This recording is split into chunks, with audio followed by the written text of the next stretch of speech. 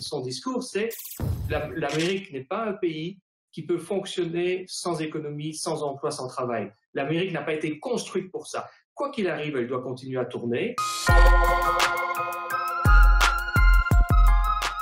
On n'est pas dans le contexte auquel on est habitué en Belgique. Il y a quelques grands médias consensuels où on retrouve différentes opinions.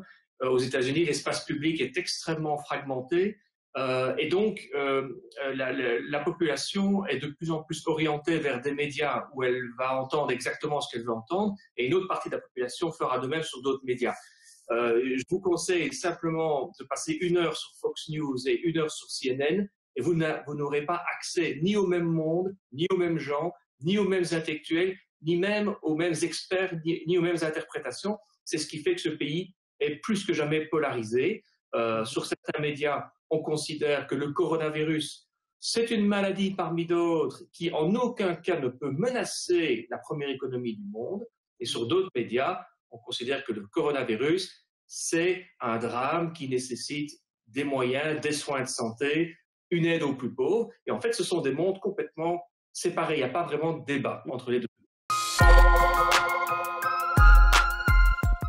Tout commence durant les années Clinton, où avec le comportement de Bill Clinton, notamment vis-à-vis de l'affaire Lewinsky, etc., on voit apparaître une grosse division entre les républicains qui accusent les démocrates d'être des espèces de libéraux pervers qui prétendent vouloir aider les pauvres, mais qui en fait sont des gens très riches et qui en plus se permettent d'abuser d'une stagiaire à la Maison-Blanche. Cette division apparaît durant les années Clinton, ce qui va provoquer l'apparition de médias comme Fox News, ce qui va provoquer l'apparition du Tea Party après la crise de 2008. Et cette polarisation, cette division en 2 blocs antagonistes qui sont incapables de s'entendre, commence durant les années Clinton et aboutit avec l'élection de Donald Trump, qui lui, évidemment, va mettre de l'huile sur le feu pour aggraver ce clivage.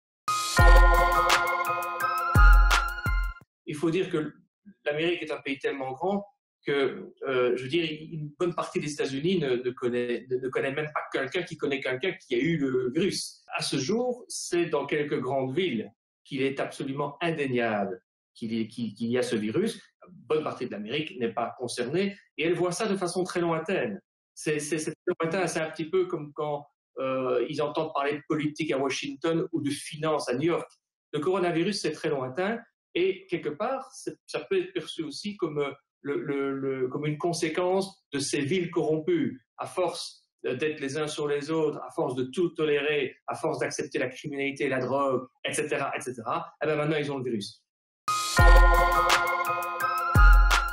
Quand la crise est arrivée, il était perdu. On voyait bien qu'il ne savait pas comment gérer cette crise et surtout il ne savait pas comment communiquer. Ensuite, il a réussi à intégrer le coronavirus dans son propre logiciel, celui qu'on connaît depuis presque 4 ans, à savoir qu'il a dit ce qui compte dans la société, c'est l'emploi, c'est l'économie, c'est refaire de l'Amérique une grande Amérique à nouveau, hein, America Great Again.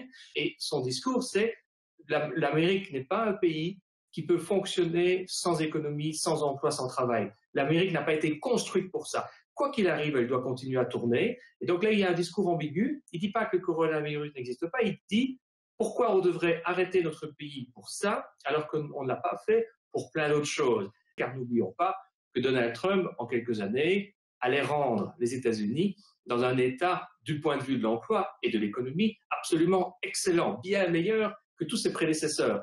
Et donc, alors ça nous amène à une autre réponse, c'est que même si ce n'est pas de sa faute, l'histoire a montré qu'aux États-Unis, on juge le président sur l'économie.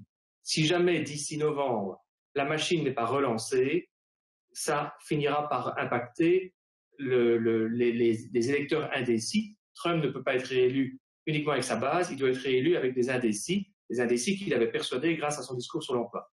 Au final, il y aura évidemment les résultats, où en est l'économie, où en est l'emploi, et n'oublions pas, il faut aussi que Joe Biden, son adversaire, soit capable de prouver qu'il aurait pu faire autre chose. Et ça va être compliqué. Et donc, ça va être de nouveau une bataille démocrate-républicain avec Fox News qui va démonter le discours de Biden et CNN qui va démonter le discours de Trump.